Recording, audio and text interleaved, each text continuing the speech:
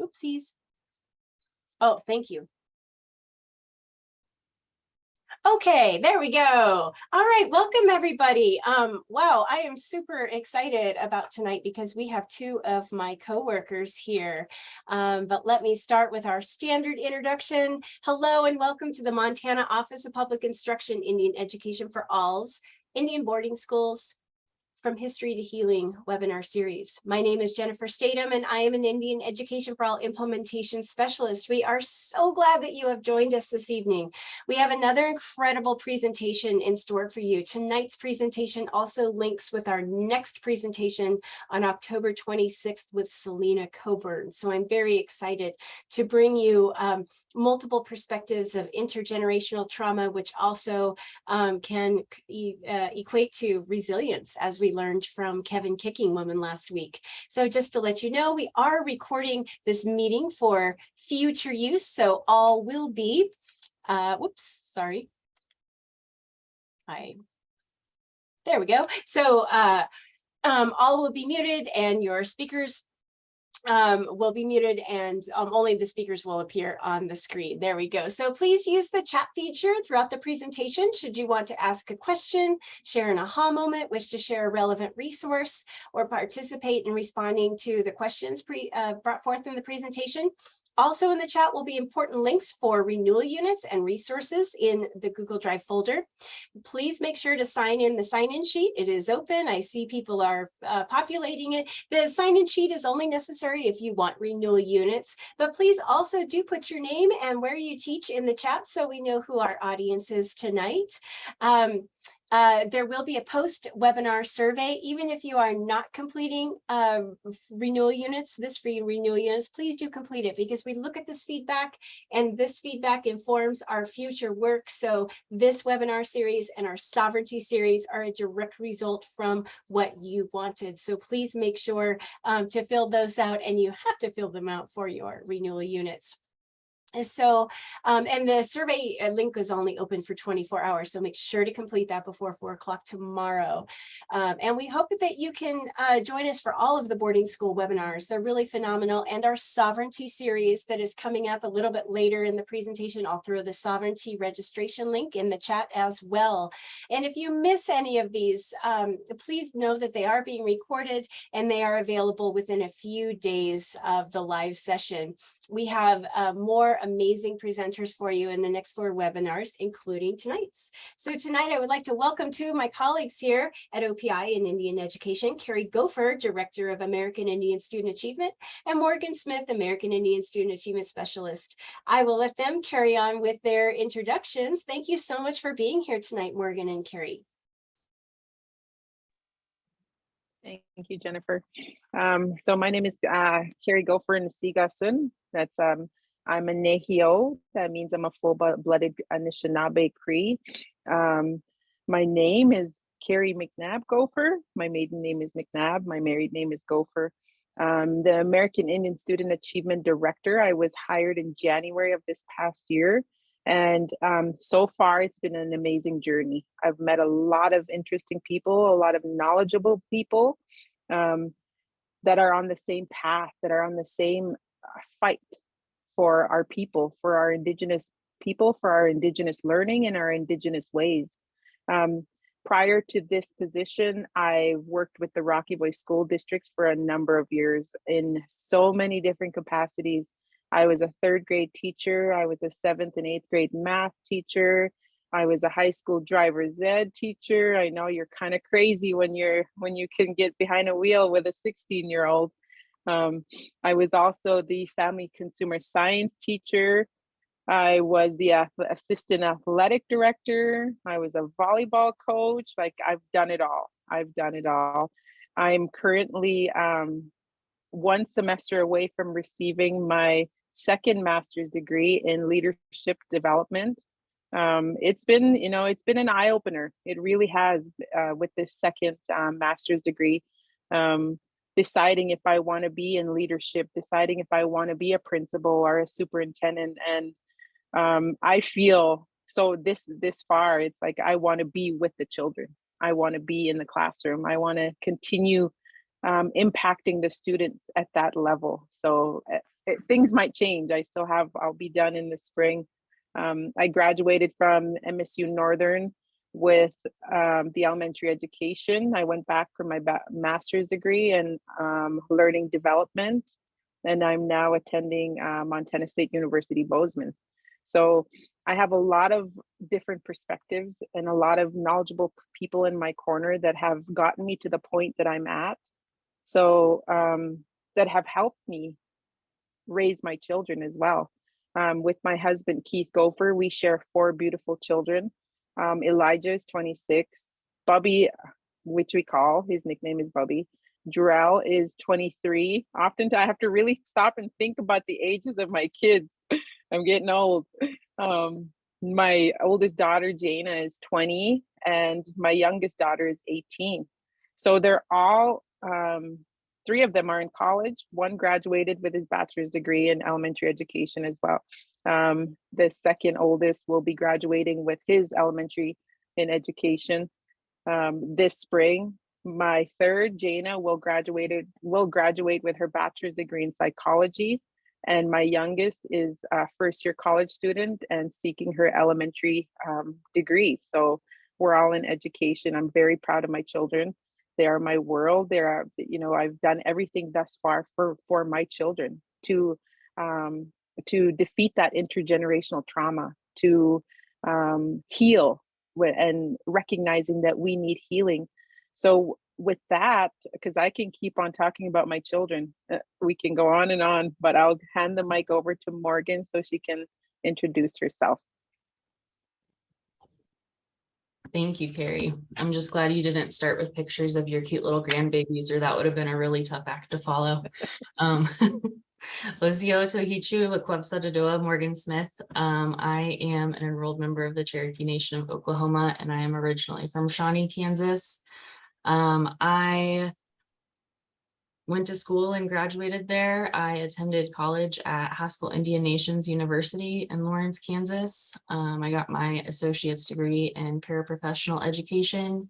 And then I moved to rural Alaska for a couple of years. And much like Carrie, I know what it's like to wear 612 different hats in a school, but it's something that you just love.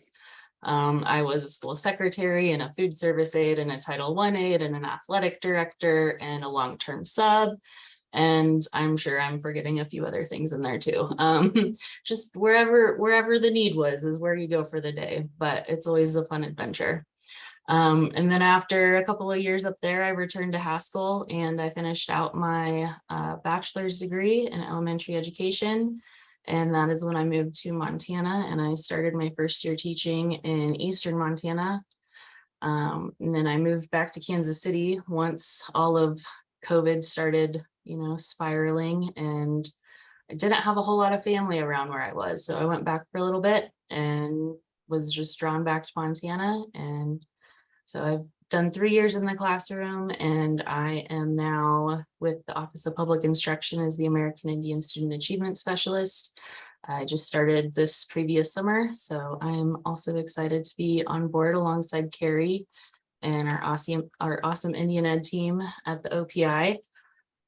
So with that, I think we're ready to kick it off. What do you think, Carrie? We are ready. All right. Let's do this. Make sure I share the right screen.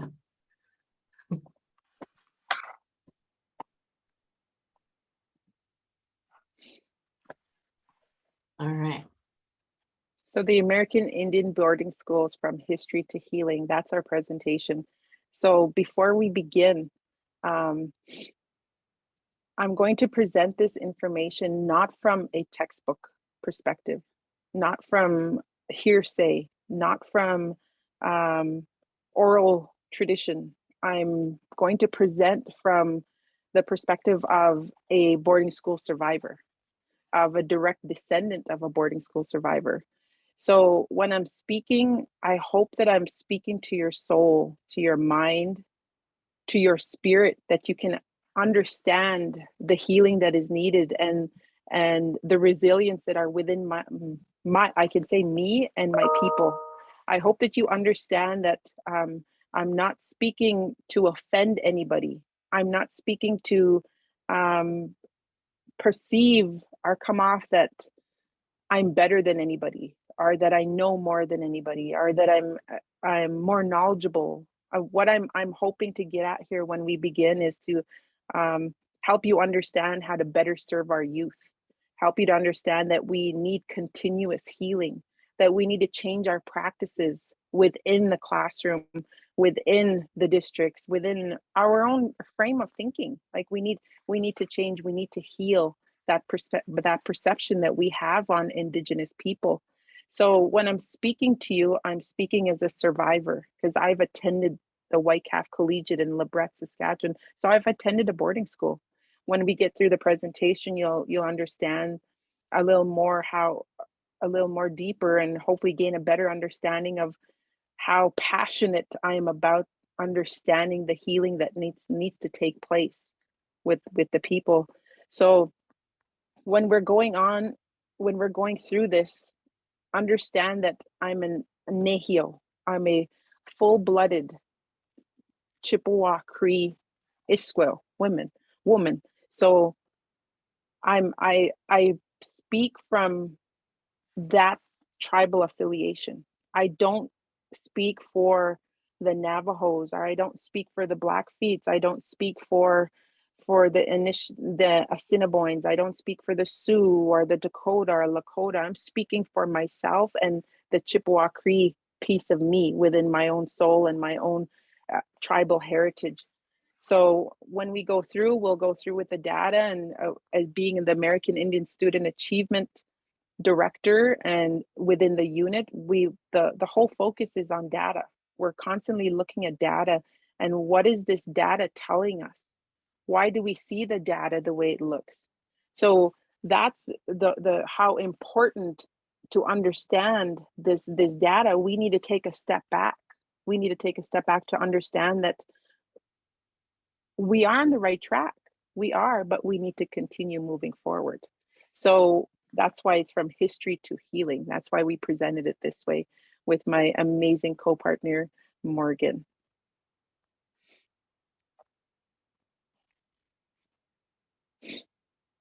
So we started with this. We are here. We're not living in teepees.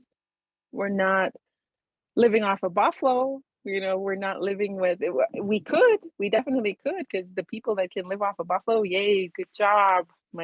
Good job. You have those ancestral ways passed down.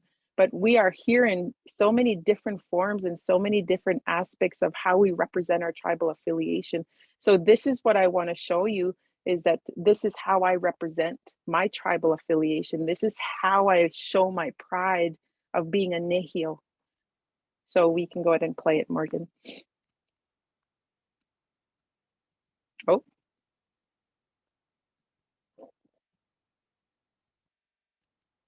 Visible 928-934. We also have another tie in this same category, senior woman fancy, dancer number 735, and dancer number 806. Forward it to about maybe the 1 minute mark. Okay, go back. Yeah, about right there. What? An Indian can make love all night long and a white guy can't. You know why? Because the white guy has to get up and go to work in the morning. Let's take it away. Contest time. One more time. What the hell? What the tiebreaker?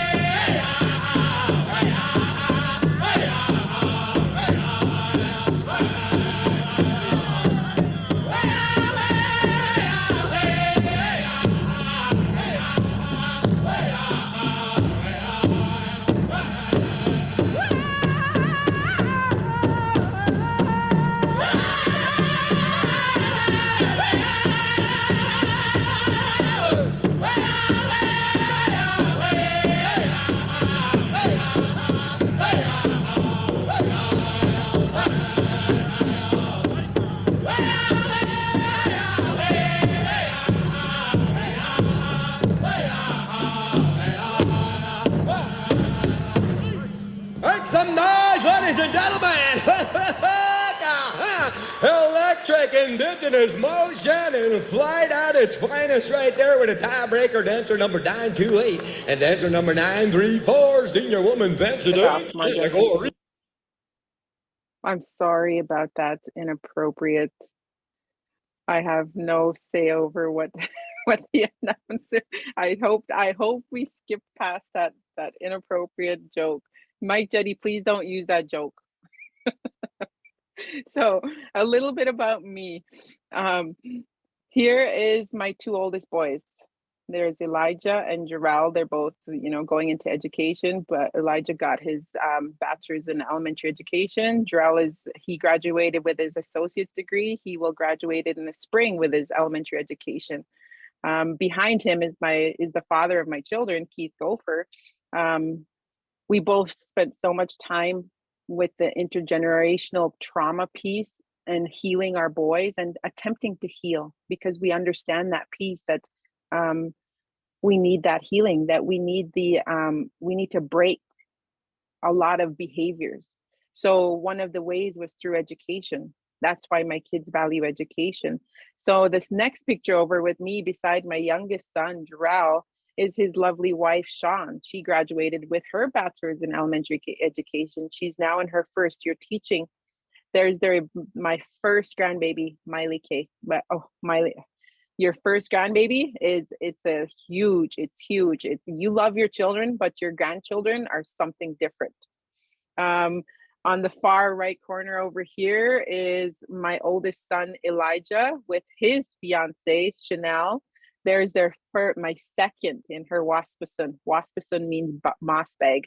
So she's in her Indian bag, in her moss bag. We call her bed, and she's so happy to be in it. You can tell by how her big smile is. On the bottom corner is my oldest daughter, Jaina. She graduated from high school, valedictorian, top of her class. She got a full ride scholarship to play for the University of Providence, the women's basketball team in Great Falls. Unfortunately, we hit a roadblock. We ended up having to go through a cancer treatment with her because she ended up having thyroid cancer. So she's been out, but they're still keeping her on the roster. They let her be the manager. So the team is so supportive of her and her journey. She's in her last year, so she'll be graduating with her psychology degree, which is helping her through the whole process. So it's amazing that she picked that without even knowing that she needed it. On the bottom left-hand corner is my darling, my baby Kendra, my little sidekick. She graduated #1 in her class as well from the Rocky Boy High School. All my kids graduated from Rocky Boy High School. She's now attending Stonechild College. She's going into education, like I stated earlier. So this is a little bit of my family. I just wanted to show you the pieces that has helped me heal and to realize that we need to continue healing. So next slide, Morgan. So when I'm speaking, again, I'm speaking to you to help you understand the history and the impacts it continues to have. Go back, Morgan. There you go. Sorry. So when I'm speaking, I'm not speaking to you like I know more than you, because I really, really believe in the circle. We are equal. No one is above me. I don't care how many degrees you have over me. I don't care how much money you have in the bank. I don't care how much land you have. Like, nobody is, in God's eyes, we're all equal. I'm not a religious person. I'm a spiritual person. So believing that everybody that comes into contact with you has a purpose, whether you use that purpose to better yourself or to use it to heal, it's for a purpose. So having that thought process, I just wanted to throw that in there to help you understand that when I'm going through this piece, I hope that I'm not offending anybody, and I hope that you don't have that pity, that like to pity me or my people, because we're not asking for pity. We are resilient. We know what we need to do. And we know where we are continuing to grow. We understand that piece, but we also need that assistance, because as a educator, you spend the majority of your time with our students. They get there at 8 o'clock in the morning. They don't leave until, some of them don't leave till 6 o'clock in the evening. Some of them don't leave till 8 o'clock because they have basketball, or they have volleyball, or they have track, or they have whatever extracurricular activities.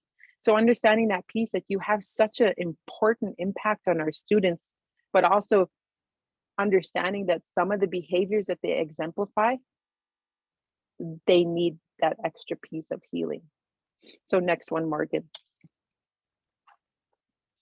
So the ASA focus, the American Indian Student Achievement Focus, when I came in and continued on with Lana running Wolf's objectives and where she was going, we put together pieces of understanding and objectives that would help the focus of the ASA team.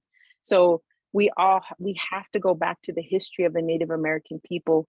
We can't just jump into data and continue asking why. We need to take a step back. The history of the people, which leads into the boarding schools which leads into the unhealthy behaviors that are being exemplified, then which leads into the studies. We have so many studies out there that tie into the historical trauma. We have the ACEs study, which shows the impacts of unhealthy behaviors at home. We have the effects of trauma in the brain, and how if you're not in a place of healing, if you're not in that place of moving forward, everyday life in the classroom is ineffective. So we need to continuously tie that piece into our curriculum. How is this affecting? How is this trauma related? So every piece of impactful lessons have to have that piece of being trauma informed. We will be looking into the data, the ACT results, the youth risk survey results that are done by the OPI, the high school dropout rates, the Native American Indian studies, the NICI study, which is amazing data that tells our story as well, the college enrollment, and understanding how are we culturally equitable, how are we providing that learning in school, after school, out of school, because you're dealing with Indigenous people every day. How are we being culturally equitable to the Indigenous society? Next one. So let's begin with, when I think of my little Nusim Miley, when I initially started this presentation, I thought about her. What makes her a whole child? What makes her so trusting? What makes her be the carefree Miley K that she is? How are we, because we're at that understanding of, we don't parent the way we parented before because of the boarding school behavior. We don't, we're changing that.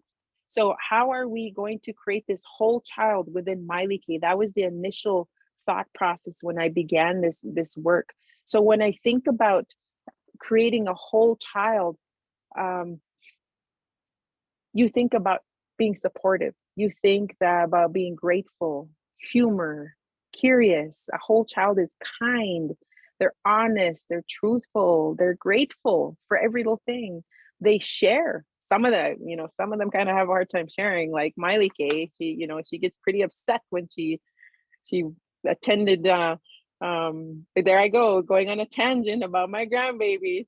She attended school, didn't like it because she had to share. So we learned that that behavior. So when you're thinking about the whole child, you think about being grateful, you think about honor, you think of faithfulness, you think of humility, you think of dependability, you think of being happy. They're courageous, they're trusting, they have sympathy at a young age. The whole child, they're optimistic, they're understanding. and they're hopeful.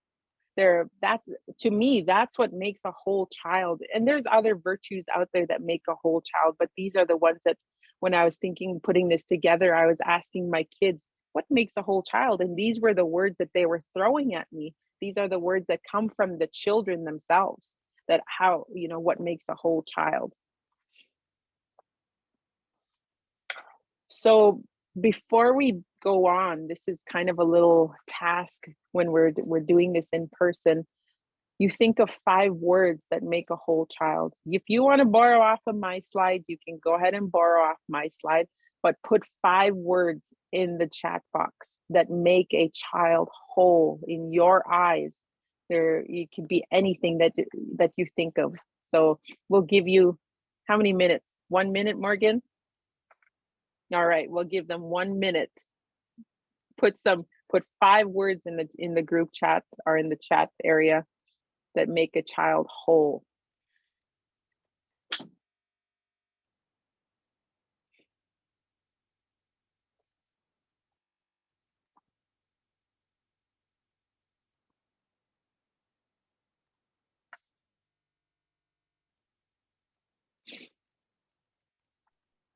All right, we've got some coming in. We've got love, acceptance, confidence, security, trust, patience, love, support, encouragement, laughter, belonging, safety, guidance, relationships, purpose,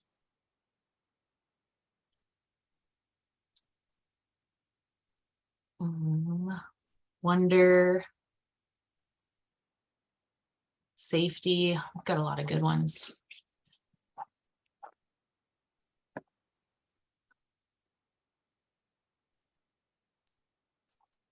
Awesome. So hold on to those thoughts that we have now, and we will circle back to this in a little bit. Keep your 5 words. So these are my people. These are where I descend from. Here's me on the top. I'm the fancy dancer. Of course, I'm the fast and fancy dancer. I'm getting slower and slower as I age. So I just got back from a powwow in up north in Canada, and I'm prepared to dance 1-2 songs at the most at the age I am. And then they had a red dress, missing and murdered Indigenous women special. So I was like, I'll dance in it. It's Friday. I dance in it and I make the top 10. So then they gave us 2 extra songs. So I'm not prepared. My body just can't do it anymore. So next day I'm barely moving. So just a little bit of information that, I think I'm fast, but I'm slowing down. So there I am at the top. I'm, Carrie McNabb Gopher. My mother, Manigawi, Brenda Sear, boarding school survivor. Her parents, boarding school survivors. My maternal grandparents. My paternal grandparents on boarding school survivors. My father, Albert McNabb, boarding school survivor. So then you think, oh, that's 1 generation. But let's take a step back. I'm a boarding school survivor. The last boarding school closed in 1996. So I was attending boarding school. I attended boarding school from 9th through 11th grade. Some of the students that I grew up with attending boarding school, the residential school, from the time that from kindergarten. So they were assimilated into that thought process of what we're trying to heal from. That's how I'm going to say it in a positive manner. We need to understand that this didn't happen 2,000 years ago. We're living in it right now. I'm a boarding school survivor. I'm grateful that I did not have to endure what my parents or my grandparents endured. I'm grateful that I didn't have to be afraid of who I was. By the time I came through, they were starting to implement and starting to try and get back the Nehio way of life. They wanted you to understand, to have a self-identity. But by then it was too late, because we were already set in our, the self-identity was already ripped out of us. We were already ashamed to be who we were. Our tribal affiliation was already lost. Our language was already lost. Our family structure was already lost. So by the time I came around, had little pieces of, you are a Soto Cree. Like, that's what we were taught. That's as far as we were, because we had nobody to teach us Soto. We had nobody to teach us Cree. The generation before us, they were humiliated. They were beaten. They were made to believe that their tribal customs were evil, especially in the residential schools in Canada. They were made to believe that their language, their native tongue, was of the devil. If they spoke that, they were speaking devilish. And these are the words from my grandmother. I was raised by my grandmother because of the effects of boarding schools, because the family structure there was no family structure. When you are raised in a residential school with nothing but girls on one side and then nothing but boys on the other side, you don't have that family structure. So you don't understand how to parent. So when my mother and my dad, again, let's take a step back. I'm going to go back. My dad has 3 families. My mom has 2 families. So they didn't understand the piece of family structure. They didn't understand that they needed healing. So when my little brother and I came along, they weren't at the healing piece of it. So my little brother went to my maternal grandparents. I went to my maternal grandparents, because they couldn't be parents. They were too young to be parents. They were too ineffective. They were ineffective parents. So I grew up with my grandmother, and she was into the whole woman's voice. So having that piece, that understanding as a young girl, that you have a voice, you have to heal. These are what so I was raised with morals and compassion, because with compassion, you have so many virtues that are very, very important, that makes you a woman, that makes you a Nehio, that makes you an Iskwil. So when you are born with these virtues passed on from a grandparent, you kind of understand that piece. Well, okay, that I'm getting a self-identity here. I kind of know where I'm at. So I'm grateful that my parents gave me to my grandmother, because I was raised with those values. And when I look back and I understand that the path that my parents, what they endured, I forgive them. I thank them for letting my grandmother raise me, because she was in a different time. She was already in the healing process, and understanding of education needs to take you, to places to heal. So I'm grateful for that. So when you look at me, then you look at my children. My children are first generation survivors. And I just put Jarrell and Bubby in there because their children are second generation survivors. So these are the children that we're dealing with. I'm grateful to be able to given the opportunity to come and speak on this, because I'm so compassionate about this piece of understanding the impacts of boarding schools. So, but my children have went through the school system. Their children that's who we're going to continue dealing with. So if we don't get that better understanding now, we're going to continue being ineffective. And that's what our data is showing us. So just a little bit of, that's why I have my family tree in there. We can go on. So now this is so important, the history of Indigenous people. There's a huge, when you want to look at the history of Indigenous people, there are so many different timelines. You can focus on so many different areas, but these are the pieces that I wanted to focus on. Because we're talking about Thanksgiving, we're talking about Columbus Day, and we're talking about all these things where it just fits perfect. So when you give that perspective and you give that power back to an Indigenous person, you say, this is a recommendation. This is when indigenous people discovered Columbus in 1492. The indigenous people were standing on the rock and they're like, hey, there's some friends, look at who's lost. So giving that little tiny piece of that gives a child it gives the indigenous people a kind of a self identity, like being prideful. Oh yes, and you think about it, yes, we did discover Columbus. Nice, we are so smart. Then you go on to the next one, which is when there's all kinds of treaties and that were passed. And when you look into the Canadian history, there's Treaty 4, Treaty 6, Treaty 8, Treaty 9. There's so many different treaties.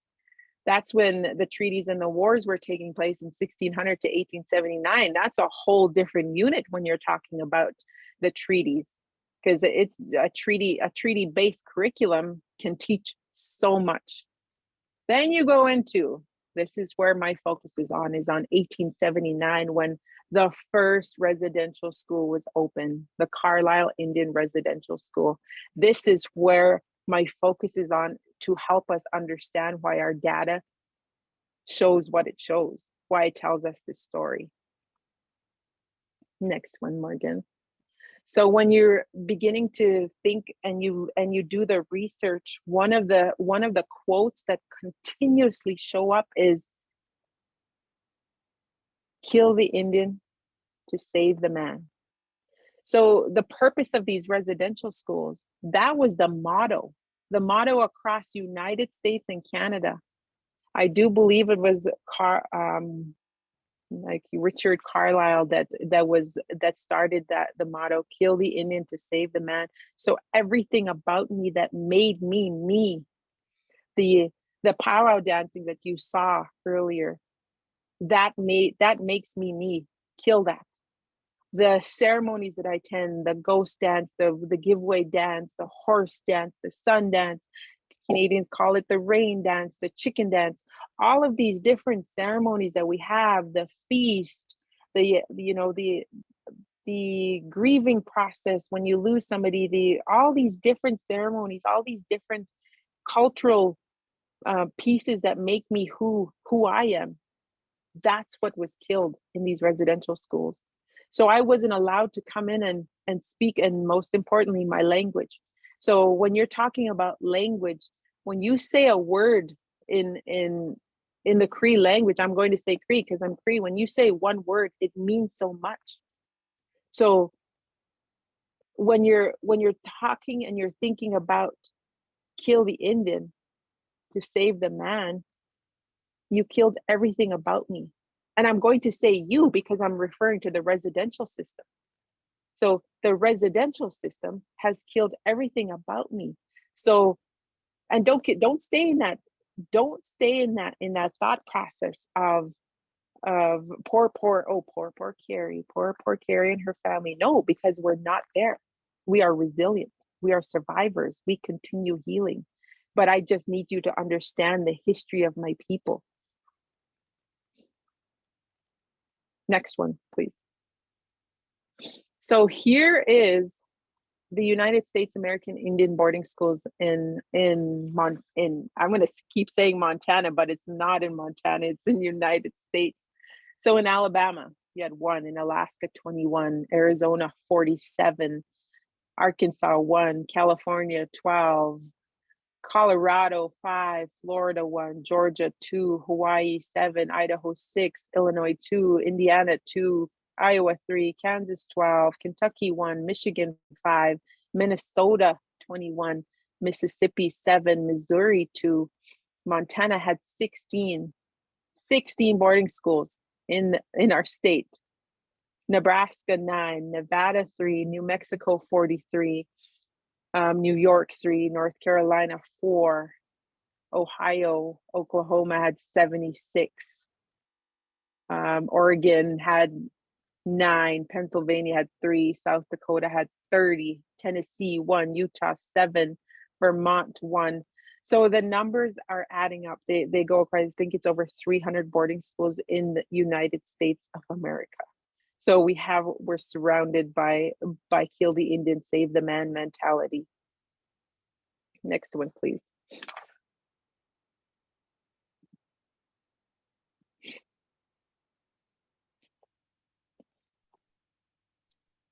So I'm gonna jump in for a little bit here. Carrie has kind of prefaced with, and I would just like to echo it at the beginning, you know, we each have very different journeys, and I am in no way trying to compare my experiences to anybody else. I will say probably the majority of personal experiences that I will be sharing tonight, I really haven't shared with very many people because I have kind of had a hard time just accepting some of it, and it's taken me a long time. But it's also been a very different journey. And for me, boarding schools played a very different role in that. And so I just kind of want to share a little bit about that tonight. I mentioned earlier that I am a graduate of Haskell Indian Nations University, which originally started as a boarding school. And today it is an intertribal university that's still operated, and they have multiple 4-year programs and 2-year programs. But I definitely attribute a lot of my success today to my time at Haskell. So I am very grateful for it in that aspect, because it kind of opened me up to a new side of my life that I was very unfamiliar with. And it sometimes had some very uncomfortable moments to help me learn more about myself. Carrie's experiences were with Canadian residential schools. My experience was with Haskell in Kansas. So we've also gotten some feedback from some of the previous webinars that a lot of teachers are really interested in looking for some resources that they could easily implement into their classroom sooner rather than later. And that's also something that I'm hoping to share before we leave here tonight. So just to kind of preview the couple of things we might be bouncing back and forth between a little bit. Right now, I just have 2 videos that I just wanted to share some clips from, just to kind of give you a little more just general background information about boarding schools in the United States. I think it'll also really help lead into what Selena Coburn is going to be talking about in the next session. So I will start with that, and hopefully I can get it all to work this time. The Native American boarding school era is a dark chapter of American history. The policy was known as assimilation. Everything native was to be stripped away. The thought was to kill the Indian and save the man. Their language was to be unspoken.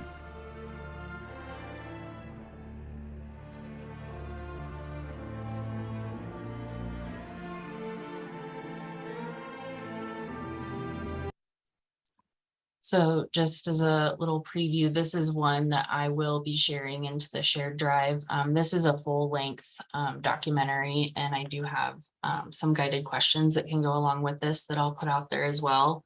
I would suggest probably 5th grade and up for this one. And I would definitely recommend previewing it beforehand, especially if this is a new topic that you don't typically discuss with your class, just to kind of prepare yourself for that.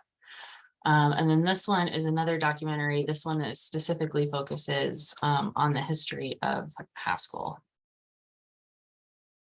I am going to skip to a couple of different parts of it though.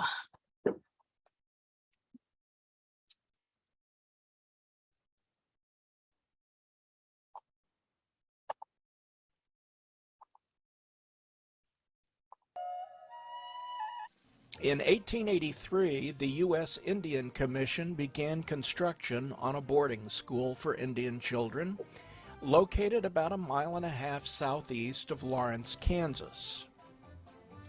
It was named the Haskell Institute in honor of the late Dudley Haskell, a congressional delegate from Lawrence who was instrumental in getting the school located there.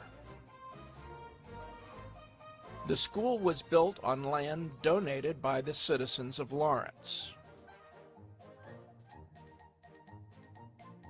when Dudley Chase Haskell, I think, came back and said, we can locate an Indian school here, was to, quote, gift the land to the federal government. And so local people had to raise over $10,000 to acquire the farmland of O.E. Leonard to make that, if you will, sweeten the deal for the federal government to make this a site for an Indian off-reservation government boarding school.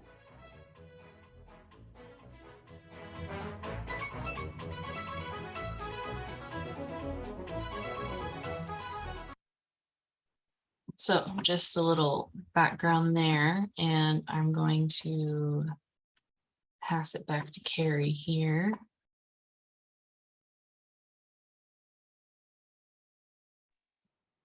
So when you think about, again, residential schools and the purpose, my people, the indigenous people, the Nehios, the Anishinabes, the Crows, all the different tribal affiliations had one purpose, and that was to kill the Indian, punish them for speaking their language, for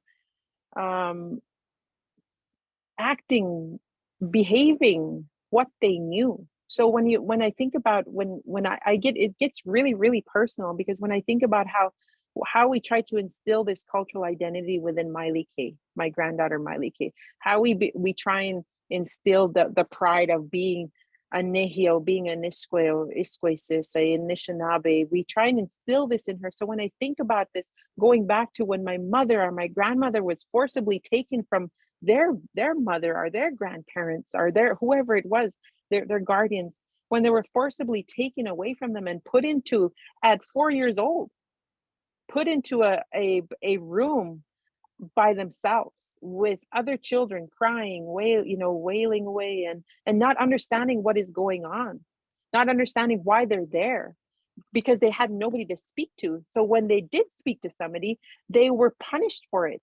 My grandmother used to share a story with us. She said her best friend she could not speak a lick of English. She said, that's what she told me. She could not speak a lick of English. So when she did speak, and she kept speaking it to me, and I kept trying to tell her not to speak it. And because they were Soto, she said the nun ended up sticking that was one of the punishments if they were caught. They stuck a needle through their tongue. So as a young lady and that's, my grandmother didn't share too many stories, but as a young lady, as a baby, seeing that, can you imagine the picture that I showed you of my grandbaby? They may be brown, but they're still human. They still value. In God's eyes, we're all equal. That's why I go back to the beginning. I don't care what color you are. I don't care what degree you have. I don't care where you come from. We're still all equal.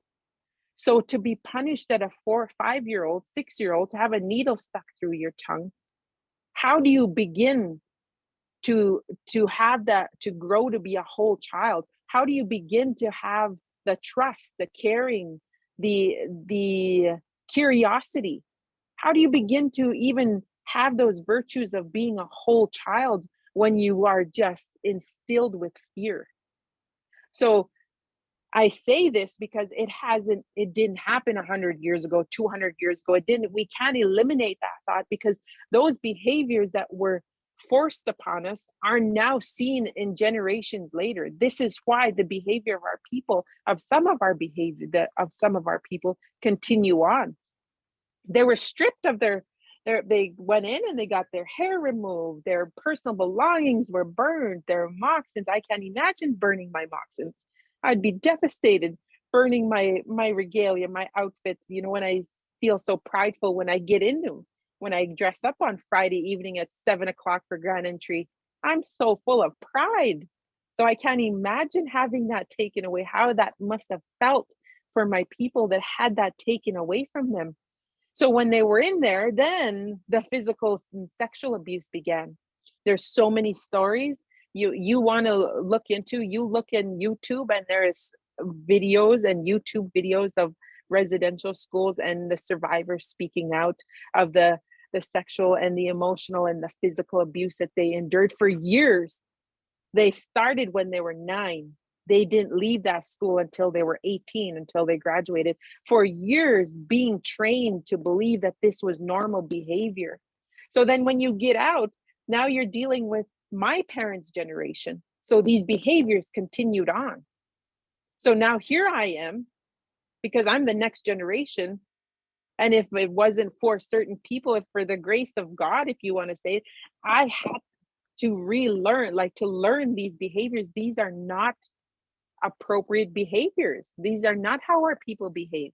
So being at that level of understanding, this is where we need to help the indigenous population, that this is not how we behave. This is not who we are. This is not compassion. This is not what it looks like. So when you're looking at these videos, think about the purpose of this. Sorry, I go on a tangent. I'm not even there yet, but go ahead, Morgan. Good. Play it.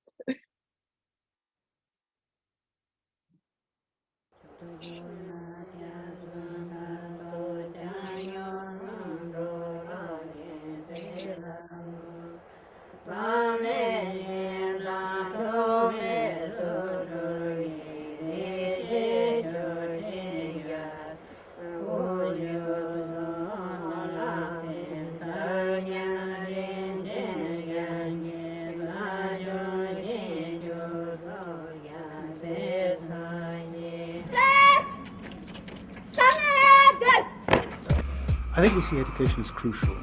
It's an absolutely necessary condition for sustained poverty reduction. Western schooling is responsible for introducing a human monoculture across the entire world. We sort of think that, we educate our kids, we send our kids to school, and peoples who don't mimic those same patterns of education somehow don't educate their kids. Well, of course, that is absurd. I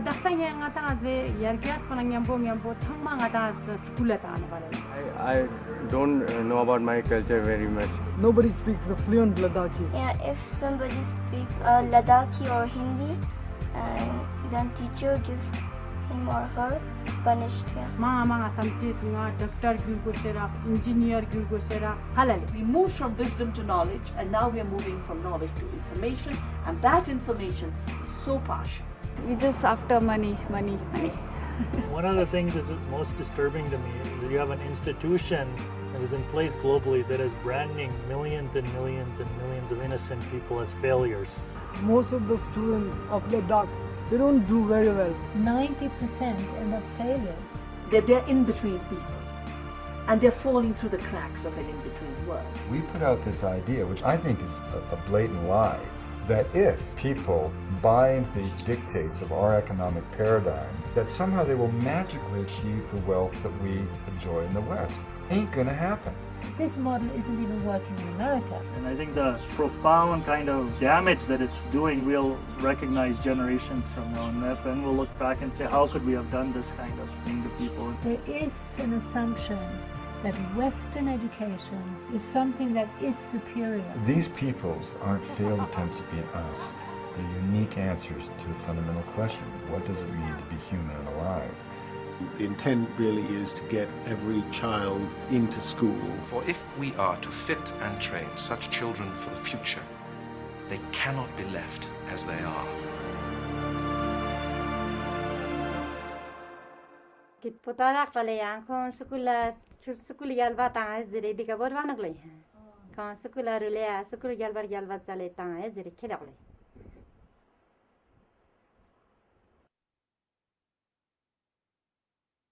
So this happened around the world.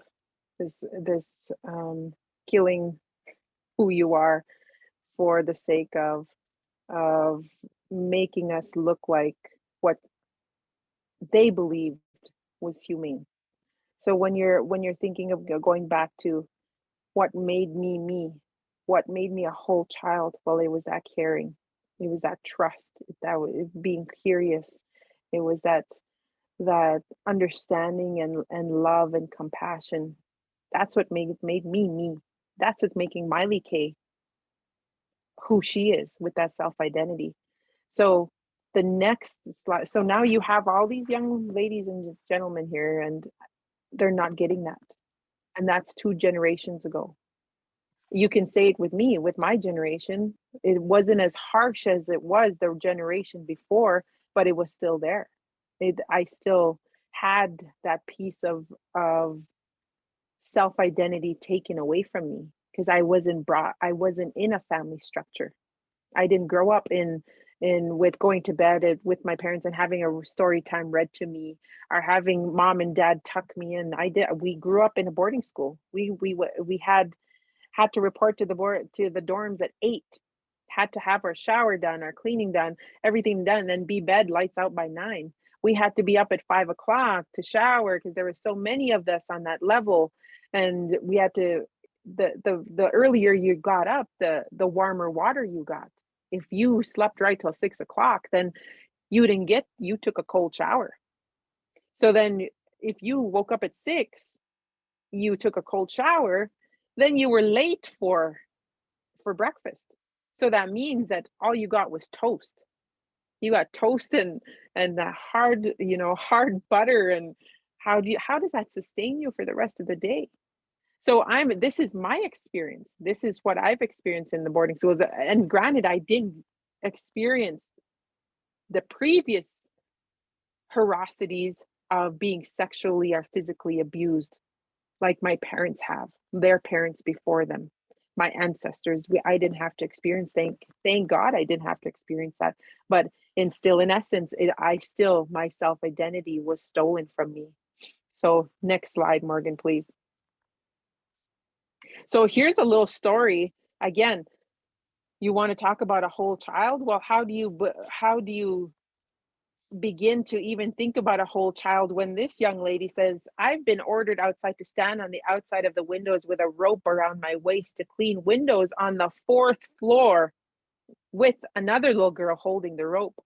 When I told sister, which is the nun, I was afraid to go out the window, she scolded me and made me clean the window and threatened to beat me if I did not do it. Now, these are one of the words coming from a survivor. After the beating, we are asked what we got beaten, what we were getting beating for. And if we tell them that we didn't know, we got another beating. The sisters always tell us not to tell our parents about the beatings.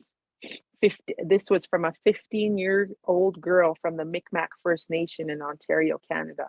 So these stories were passed on through our people. We knew a lot of stories that were taking place. I don't know if we have it in the slide, but we recently went through a whole shock of the world when unmarked graves were found. It was a difficult time for myself as a boarding school survivor. It was very difficult because of the people what generations were lost, what family members were lost during that time. I am so grateful that my mother survived because my grandbaby would not be here today. So understanding that piece of having resilience, I'm grateful that I come from a resilient line of blood on my father and my mother's side, because I can stand here and I can share the story and help you get a better understanding of what Indigenous people are facing on a daily basis, when inside the home and when they go into the education system. So here is what success looks like. This was a successful story of a Native American boy. They came in having a self-identity once they were ripped of the cultural practices, the ceremonies, the language, the traditional clothing, the hair, the personal belongings, the belonging to a tribe, understanding their tribal affiliation and language. Once they were ripped of that, this was success on the right. So the impacts of the boarding school, of the residential school. So individually, it was a loss of identity. I lost my identity. It took a lot for me to understand and be proud of who I am. I had a low self-esteem. I had no sense of safety. I was institutionalized. I had difficulty forming healthy relationships because I'm still dealing with the impacts of boarding schools. Within the families, my parents had no parental power because they had no idea how to parent. So the parental power was not there. The near destruction of extended families and systems and having that respect for your uncles and your dads and your sisters, that was destroyed. The impacts within the tribal communities, the loss of sense of community, whereas it takes a village to raise a child, to raise a whole child, that was destroyed. Because now what was being replaced with creating that whole child was physical and sexual abuse and emotional abuse. So having that piece of having trust as a 5-6-year-old was destroyed because of the residential schools. The loss of language, most importantly, the loss of language. Like I stated earlier, when you say one word, it means so much. The loss of tribal tradition and ceremonies, where, you know, we are slowly healing and we do participate. There's so many different tribal affiliations that practice that we're getting more and more our people to heal through ceremonies. And I'm grateful for that. I wish we had more, but you know, we can continue on with what we have. Then you have the tribal nations. You had the weakened nation structure, which was overall not having understanding the where you are, what treaty you belong to, what land, like who's this land, what, you know, representing that piece. Who do you represent? And then of course the depleted numbers. When you look back, that's all of this is within your curriculum. You can teach these what the impacts are on our Indigenous students. Next one, please.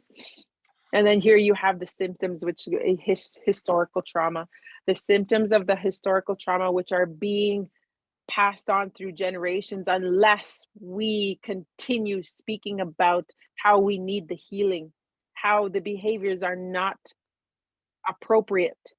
Because when you're thinking about the psychological symptoms, you are dealing with unresolved grief across the generations. Not just mine, across the generations. You are dealing with substance abuse. You are dealing with depression and anxiety, the avoidance of people and places. You're so afraid to go anywhere. You can't sleep. You have a loss of you're untrusting. You can't sleep. You are dealing with suicide. You are dealing with obesity. The social, economic, intellectual, and political piece. You are in an environment of poverty, and you think it's normal. You think that's what we were trained to believe. There's a high crime rate. The low educational attainment, which shows in our data. You have high rates of homicide. You have high rates of accidental deaths. You have child abuse and domestic abuse because we don't understand what a healthy relationship looks like. Within the physical area, you have hypertension, heart disease, diabetes, being overweight, you have cirrhosis of the liver. And then the spiritual piece of the impacts of historical trauma is the wounding of the soul. If you don't understand who you are, you will never have that sense of belonging. You will always be searching for something. If you don't understand the tribal affiliation, like you belong to this tribe, these are your people. That's what we need to help our students understand.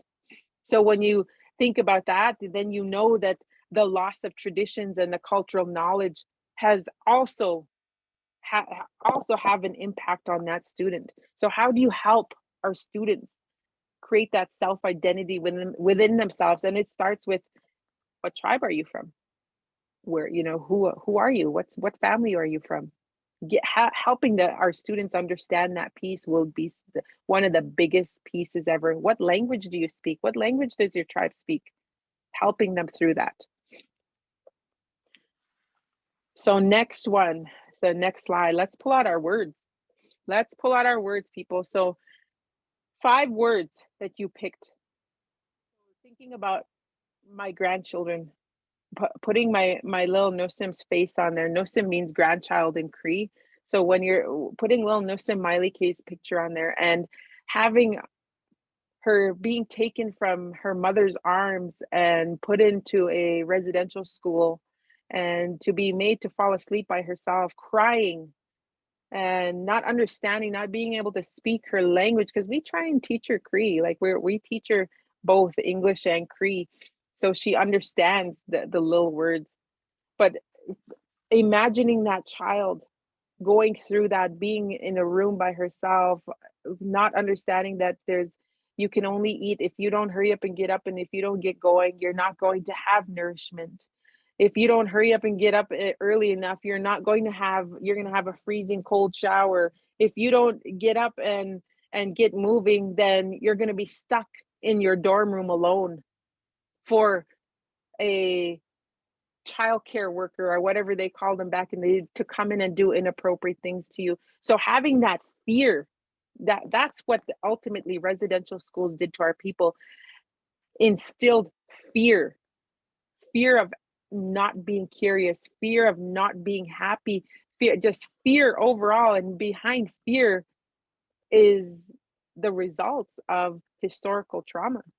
So we are now not curious, we're not happy, we're not trusting, we're not, whatever 5 words that you had in there, my people are not those anymore, because they were ripped out.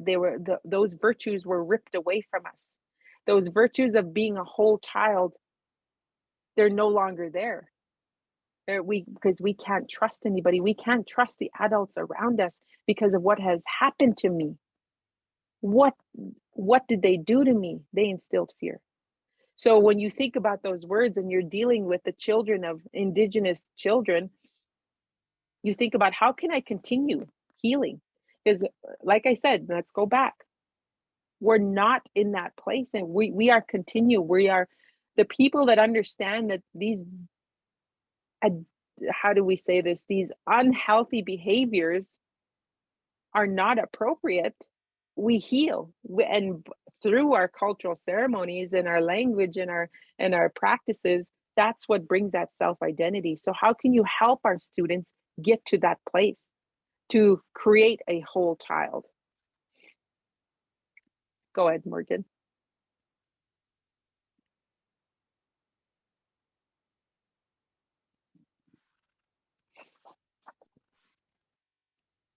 So we have discussed a little bit already how Canada has been making gains in trying to reconcile a lot of the loss that has happened because of these residential schools.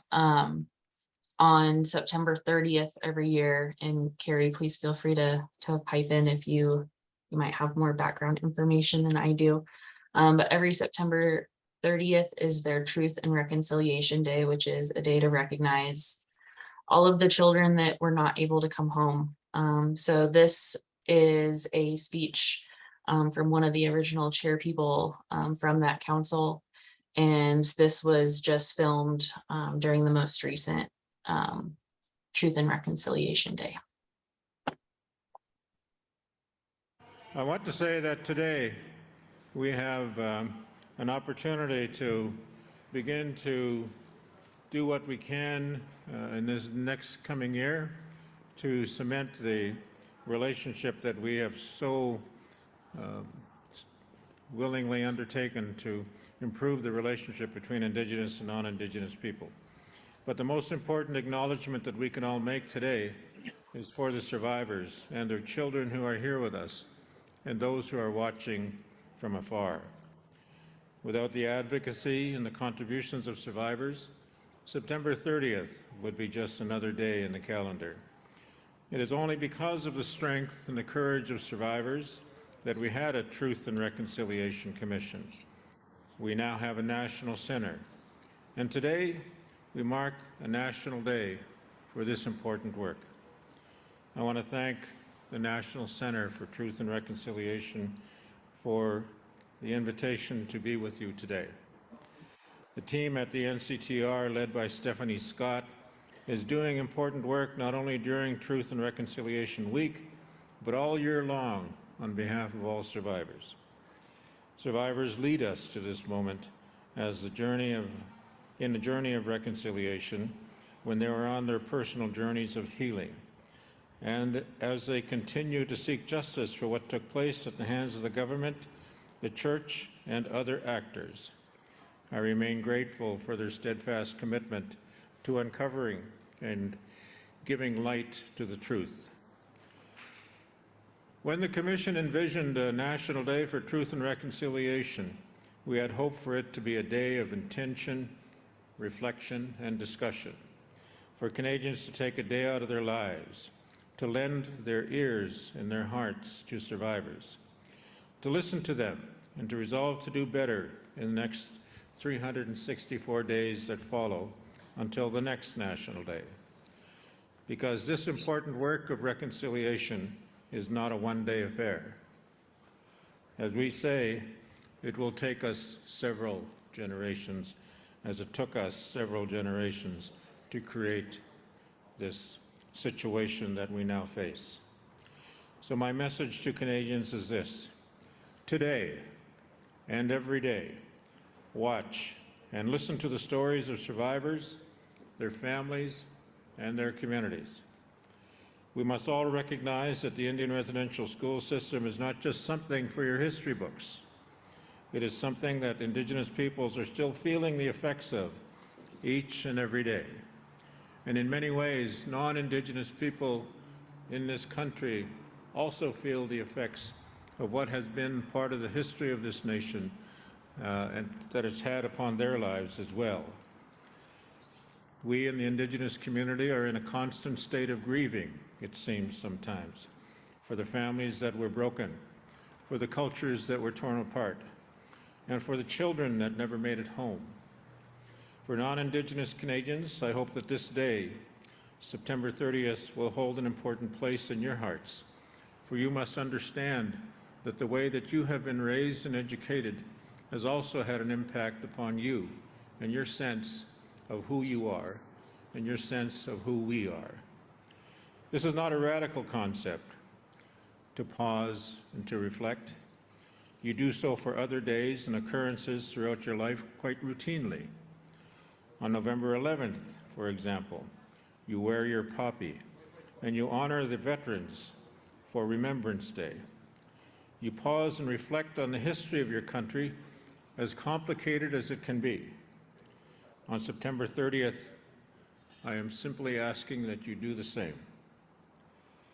Just as we acknowledge the legacy of Her Majesty, the late Queen Elizabeth II, as complicated as it can be, many governments in Canada were quick to acknowledge and observe a holiday on short notice, but unfortunately are still not embracing the meaning of today. On September 30th, I am simply asking you to extend the same courtesy to survivors that you are used to doing for others. Yes, our country's history is complicated, and it is not always easy to review. But you don't make it better by ignoring it or glossing over it. You make it better by helping carry out the calls to action, by learning, by unlearning, and by resolving to do better. Because this story is not over. Records, for example, are still being turned over by the church authorities. Burial sites are still being discovered. And so many survivors and their families are still seeking closure for what happened to their siblings, cousins, and children. On September 30th and beyond, we must resolve to stand with them, to have their backs. Don't leave them to do this work alone. We need your help. We need your understanding, and we need you to ensure that this is forever made a part of Canada's national memory. Miigwech.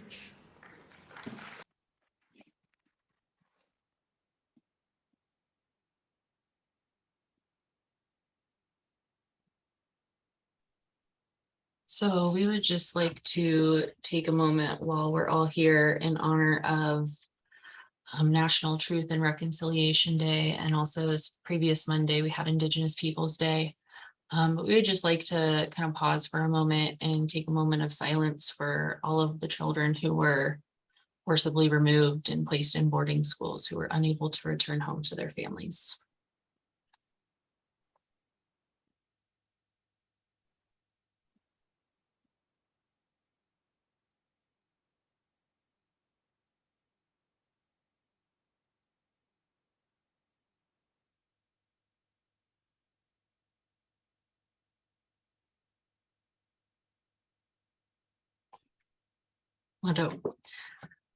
I would like to take this time. We do have some more information just about the effects of trauma and what we're seeing from the OPI standpoint as far as data.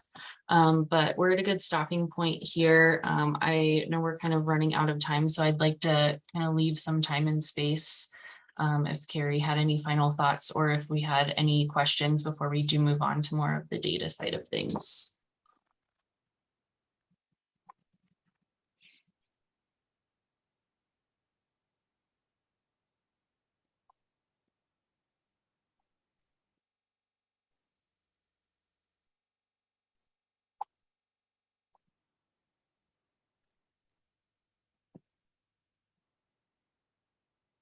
Okay, I know it might take a minute if you are trying to type a question in the chat, so I'm going to go ahead and move forward, but if we do have any pop up, I will try to make some space to give us time to answer that, because I think that is more pressing to give time for that.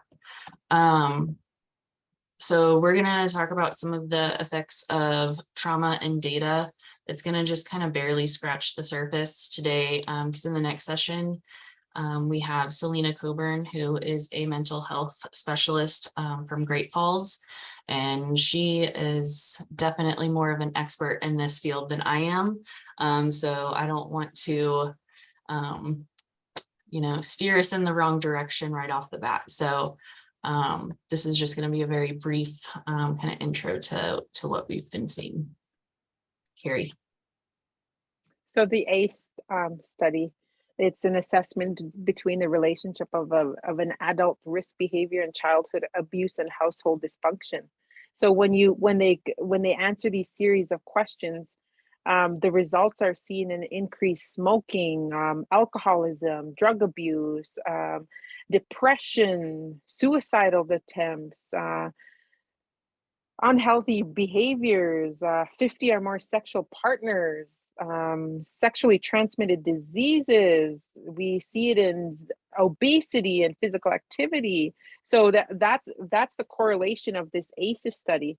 So when you see anything with ACEs, and it's a free tool. So if you want to get on and complete your own ACEs assessment, get it done, because you'll see where we're at. You'll get a better understanding that when you are dealing with any of these physical, divorce, mental illness, incarceration, homelessness, domestic violence, substance abuse, emotional and sexual abuse, mental depression within your home, you are going to see it. You're going to feel it within the heart disease, lung disease, unhealthy, you're going to have stomach problems, you're going to have mental issues, you're going to have liver diseases, you're going to have multiple forms of cancer. That's what this ACE study is correlating it to. So when you think about the ACE study, then you get into the brain. What does it do to the brain? Well, here's an example of a healthy brain. Now, when you're in neuroscience and you look at a healthy brain, and when you learn something, another synapses grows and another synapses grows and another. When you are healthy, when you're a whole child, this is what a healthy brain looks like. When you are an abused child, when you are instilled with fear, this is what the brain looks like. So this is the brain of my ancestors. This is my brain. This is what, so we need that continuous healing.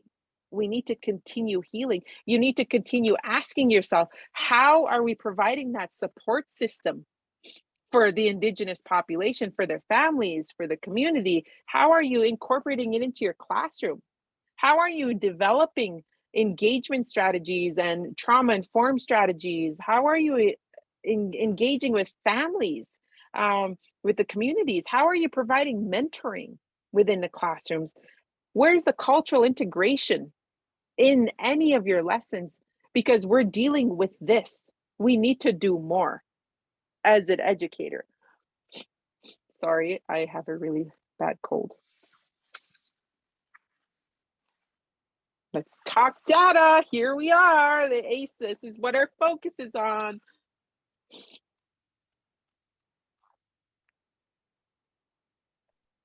Okay, so we have started to get some of the results released from our data collections from 2021 and 2022. Not all of these reflect the most recent data. They're still in the process of getting all that uploaded to the GEM site.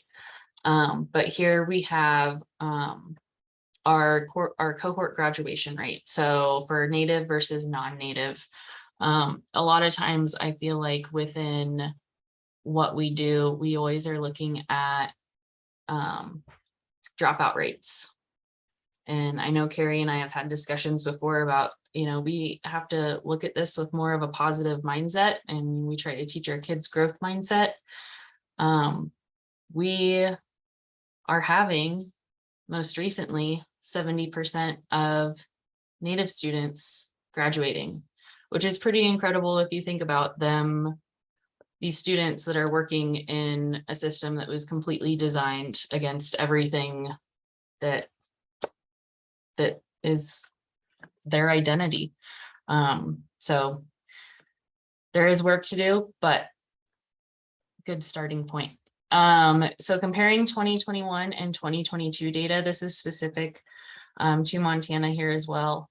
And the GEMS dashboard is getting updated daily, and that is where these ones came from. So looking at the on-reservation math and ELA assessments for grades 3 through 8, and also the ACT scores for juniors. So 2021, 22 for on-reservation math and ELA for grades 3 through 8. From the previous year went up almost a full percentage point on the advanced proficiency, and the novice went down. So the more we can switch that mindset to understand different learning styles and different cultures and identities and how these students learn, think about how we are incorporating Indigenous language into our lessons, how we are incorporating Indigenous stories. Are we inviting elders in for story time telling? How are we instilling that cultural identity in these on-reservation schools to help make these students more successful? Again, college and career readiness. We do not have the most recent up-to-date numbers, but the majority are being marked as what they would consider below the college readiness score. But that is also true of non-native students for the most recent data results. The National Indian Education Study is released every 4 years, and the most recent one we have is from 2019. And this is all data that's available online, and I will also be including those in the shared drive that'll get shared with you tomorrow. But these are just some of the highlights of what the National Indian Education Study focuses on. It is run through the Department of Education, and it is designed to describe the condition of education for American Indian and Alaska Native students in the US. The study from 2005 to 2011 provided information on the academic performances of 4th and 8th grade American Indian and Alaska Native students in math and reading, and on their educational experiences. And this is measured by the National Assessment of Educational Progress. I'm going to skip through some of this because I want to give Carrie some time to wrap up here. So I'm going to skip ahead to some of our conclusion slides, Carrie, just so we have enough time. So I want to make sure to give you time to share any final thoughts if you want to jump back in. You're muted. What? Sorry about that. So when you're thinking about data, when you're thinking about healing, and you're thinking about cultural integration, and you're thinking about tribal history, language, and how to incorporate across curriculum, think about this piece. We are here, we are healing, we are resilient. Regardless of what we've been through, regardless of what our ancestors and the intergenerational trauma and the historical trauma and everything that has happened to my people, we are still here, we are healing. So as you, if you have any power, if you have any in any say in curriculum, how can you continuously incorporate that tribal history to create that self-identity for our people, for healing, you know, to continue that healing. So we're on that path of healing. Next slide before we run out of time. Turtle Island, because we're across the world. Here we are. Our ancestors called this Turtle Island for many years, and when you look at the globe, it makes sense. How did they know that? Because we are spiritual people. So healing, trauma, provide that trauma-informed care, provide that social emotional learning, provide the positive behavior interventions to change that behavior that's implemented at home. Provide the multi-tiered systems of support rather than being punitive within your classroom, and come and sit down. What are you doing different? Come and sit down, be quiet, sit prim and proper. What's different from the boarding schools? Ask yourself that. What are you doing different as an educator for the Indigenous people? And then what does your school climate look like? What is being said? How are your materials being delivered across curriculum?